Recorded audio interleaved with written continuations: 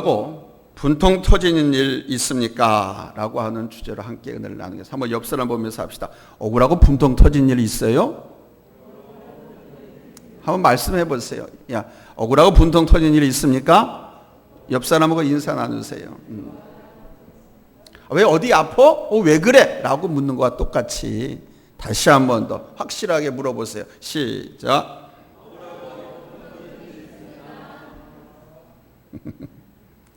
실력 있고 잘못은 없지만 분통 터지고 억울한 일을 당할 때 그 억울함을 잘못 처리했다가 인생을 망친 사람들이 많이 있습니다.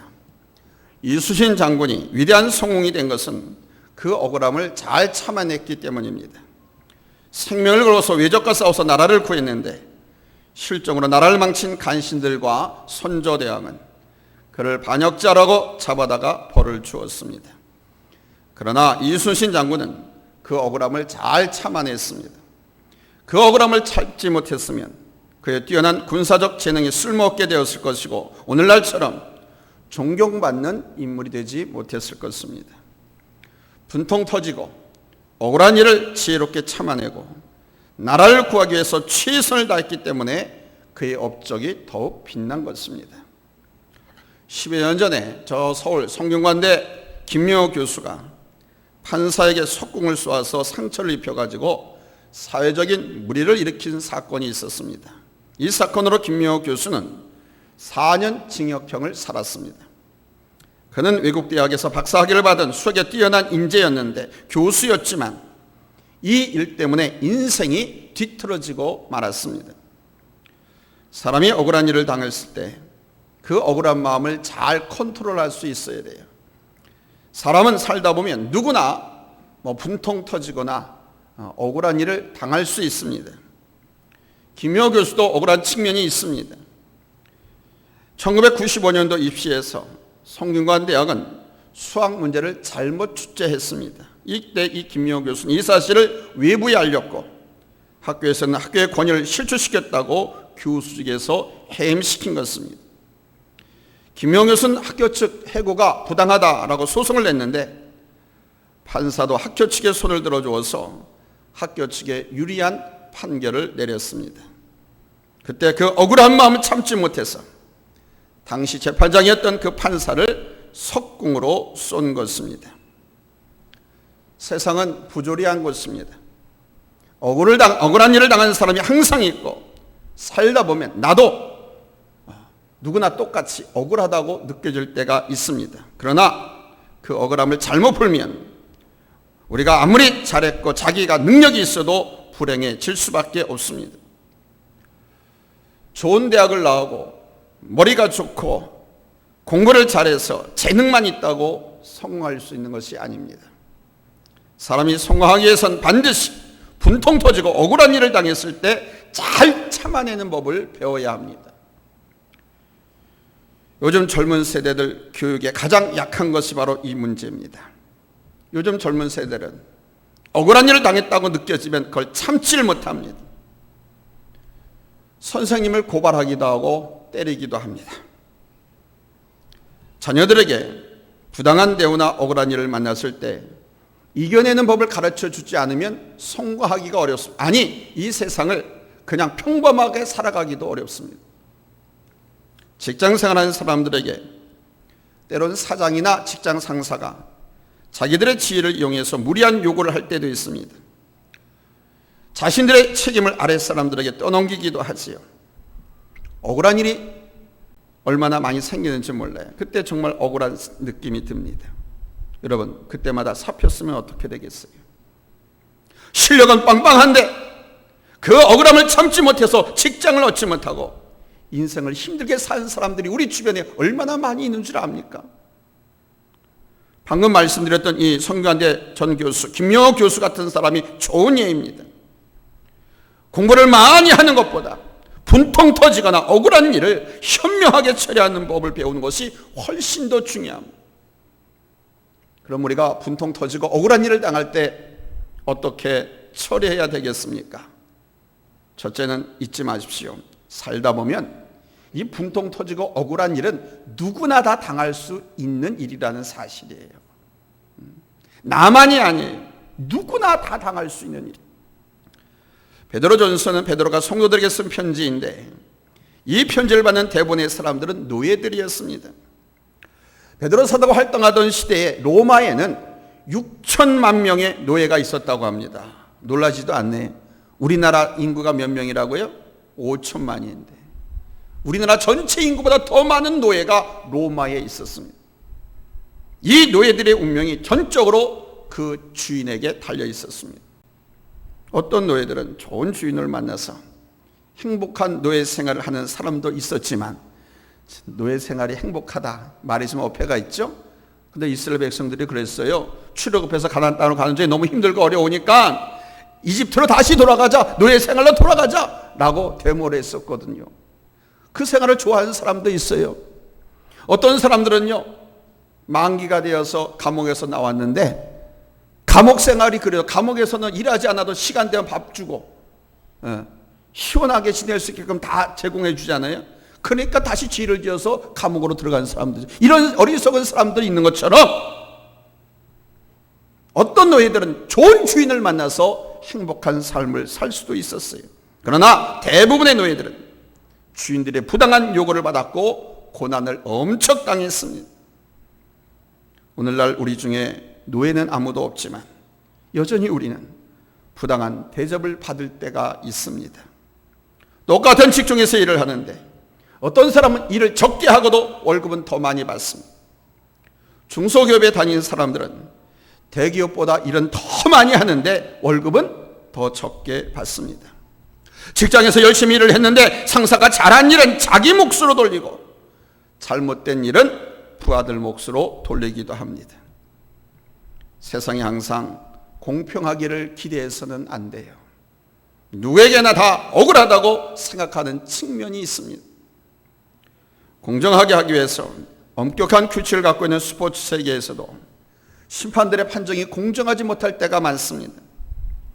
그 경기가 TV에 생중계되고 모든 사람이 두 눈 부릅뜨고 지켜보고 있는데도 심판은 아주 버젓이 편파 판정을 합니다. 이때 선수들이 억울한 마음을 계속 갖고 있으면 그 경기에 이길 가능성이 없습니다. 억울한 일을 빨리 잊어버려야 제 기량을 발휘할 수 있습니다. 사람은 누구나 살다 보면 공정하지 못한 대접을 받고 억울한 일을 당하게 되어 있습니다. 세상은 죄 때문에 왜곡되어 있고 사람들을 공평하신 하나님을 두려워하지 않기 때문에 불공평한 일을 저지르고 불공평한 판단이나 행동에 당한 사람들은 억울한 생각이 들 수밖에 없습니다. 세상을 살다가 억울한 일을 당했을 때 남들이 당하지 않는 그 일을 왜 나만 당하냐? 여러분, 이렇게 생각해서는 안 됩니다. 억울하다는 느낌은 모든 사람이 살다 보면 다 경험하는 것입니다. 특별히 낮은 지혜를 가진 사람들과 가난한 사람들은 억울한 일을 더 많이 경험하게 됩니다. 억울한 일은 살다 보면 피할 수 없기 때문에 억울한 일을 당했을 때 이겨내는 법을 배우셔야 돼요. 오늘 성경 말씀은 바로 이 방법을 가르쳐주고 있습니다. 이 방법이 인생을 행복하게 사는 비결이에요. 이 방법이 인생을 승리하고 성공하게 사는 방법이에요. 오늘 주신 말씀을 통해서 분명히 깨달아서 억울한 일, 분통 터진 일들 잘 참아내고 이겨내는 우리 성도님들 되시기를 예수님의 이름으로 축원합니다. 두 번째, 그런 억울한 일, 분통 터진 일을 당했을 때 한번 정직하게 한번 따져보시라는 거, 자기 자신에게. 상대방에게 어려운 일을, 안 좋은 일을 강요한 직장 상사나 상대방에게 따져보라는 것이 아니라 자기 자신에게 따져보라는 겁니다. 많은 사람들은 전혀 억울한 일이 아닌데 본인만 억울하다고 생각해요. 죄짓고 교도소에 들어간 사람들 중에 자신은 억울하다고 생각하는 사람들이 많이 있습니다. 뭐 재수 없어서 내가 잡혔다 그럽니다. 남들은 다 버젓이 살고 있는데 나만 괜히 재수 없어서 잡혀 들어왔다. 교도소에서 평생을 근무하고 몇 해 전에 정년 퇴직한 제 대학 동창이 간증을 합니다. 재수 중 50% 정도는 항상 그러면 나는 죄가 없는데 억울하다 이렇게 말한다는 겁니다. 그 중에 죄를 뒤집어 썼거나 상대방이 돈이 많거나 빽이 있어서 불리한 재판을 받은 사람들도 있습니다. 그러나 대부분의 사람들은 마땅히 받아야 할 벌을 받고 있는데 억울하다라고 생각한다는 거예요. 자기 자신의 잘못과 실수 때문에 나쁜 대접을 받을 때 여러분 억울하게 생각하지 마십시오. 그것은 억울한 일이 아닙니다. 오늘 본문 20절에서 말씀하잖아요. 죄가 있어 매를 맞고 참으면 무슨 칭찬이 있으리요. 죄를 짓고 나서 매를 맞고 감옥에 가는 것은 억울한 일이 아니죠. 다른 사람에게 해를 입혀서 보상해 주는 거, 이거 억울한 일 아닙니다. 숙제하지 않고 학교에 가서 선생님께 벌 맞는 거 억울한 일 아니지요. 직장 생활에 성실하지 못하고 결근을 밥 먹듯이 하고 근무 시간에 게임이나 하고 앉아있다가 해고를 당하고 나서 억울하다 이렇게 생각하는 것은 잘못입니다. 그것은 마땅히 받을 것을 받은 것이지 억울한 일이 아닌 것입니다. 억울한 일이 아닌데 억울한 일로 착각을 하고 있는 것이죠. 억울한 일은요, 두 가지 조건이 맞아떨어져야 억울한 일이 되는 거예요. 그냥 다 억울한 일이 아니에요. 그 첫째가 뭐냐? 하나님 앞에 부끄러움 없는 일을 했다 이거예요. 그런데 억울한 일을 당했다, 분통천이 났다, 손해가 왔다, 이것은 억울한 일이에요. 하나님 앞에 부끄러움 없는 일을 했는데, 두 번째는 하나님 앞에 그 부끄러움 그 일 한 것 때문에 고난을 받거나 부당한 대우를 받는 것입니다. 그러면 억울한 거예요. 오늘 본문 20절에 말씀했습니다. 선을 행함으로 고난을 받고 참으면 이는 하나님 앞에 아름다운 일을. 우리나라 어느 회사에서 있었던 일입니다. 아주 진실하고 실력 있는 기독교인 회계사가 예수 믿지 않는 불신자 사장인 회사에 입사를 했습니다. 그런데 어느 날 이 사장이 그 회계사를 부르더니 회사 매출을 줄여서 세무서에 신고해가지고 세금을 좀 줄이라 이렇게 명령을 했습니다.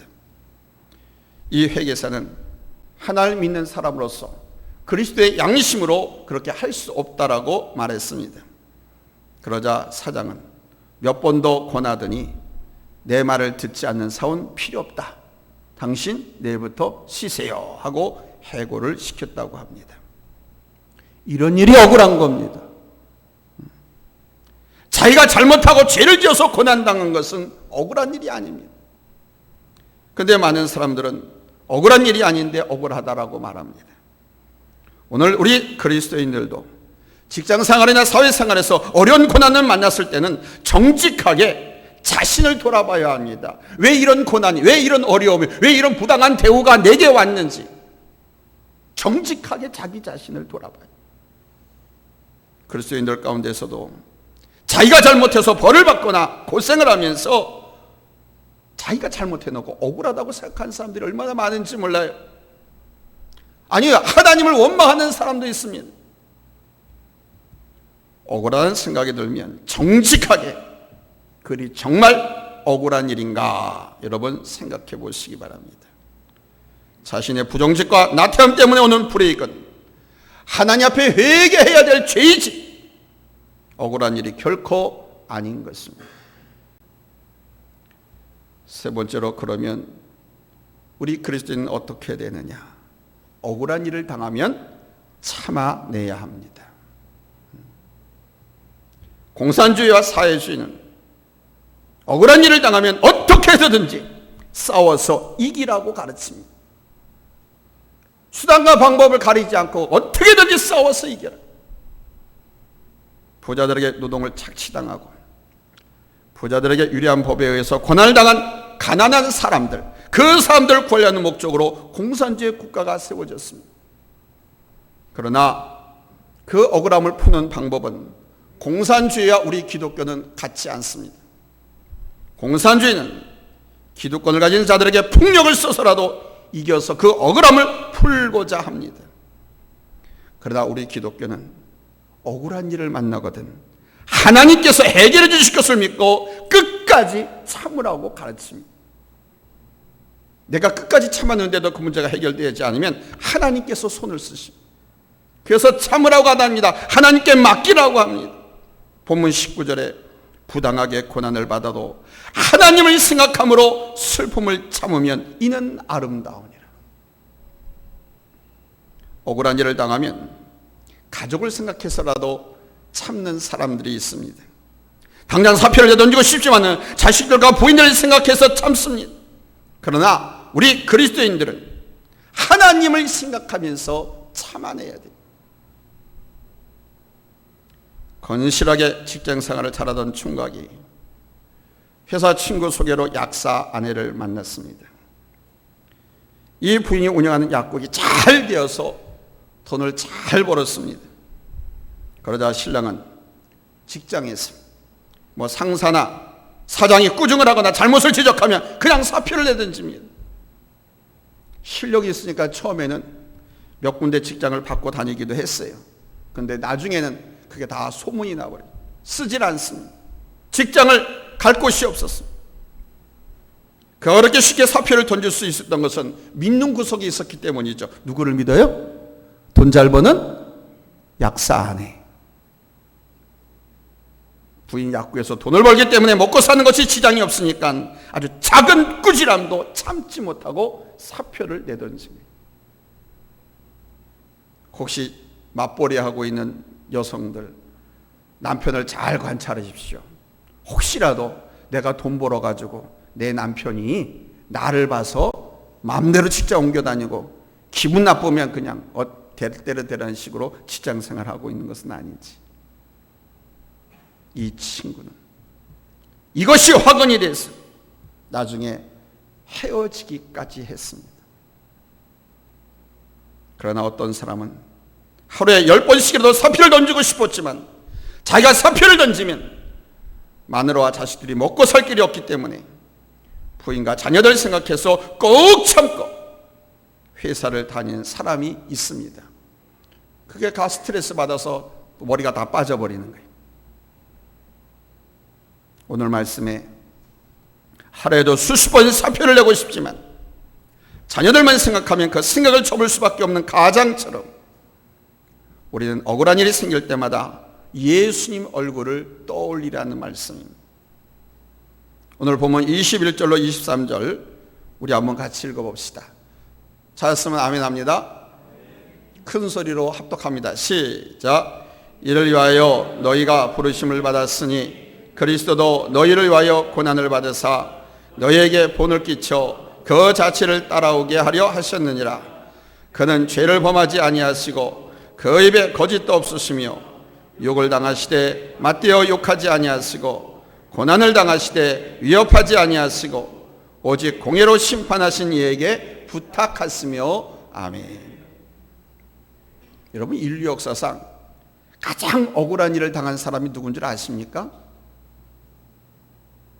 예수님이에요. 우리 예수님이 인류 역사상 가장 억울한 일을 당하신 분입니다. 예수님은요, 다른 사람 해롭게 하는 일을 눈꼽만큼도 저지르지 않았습니다.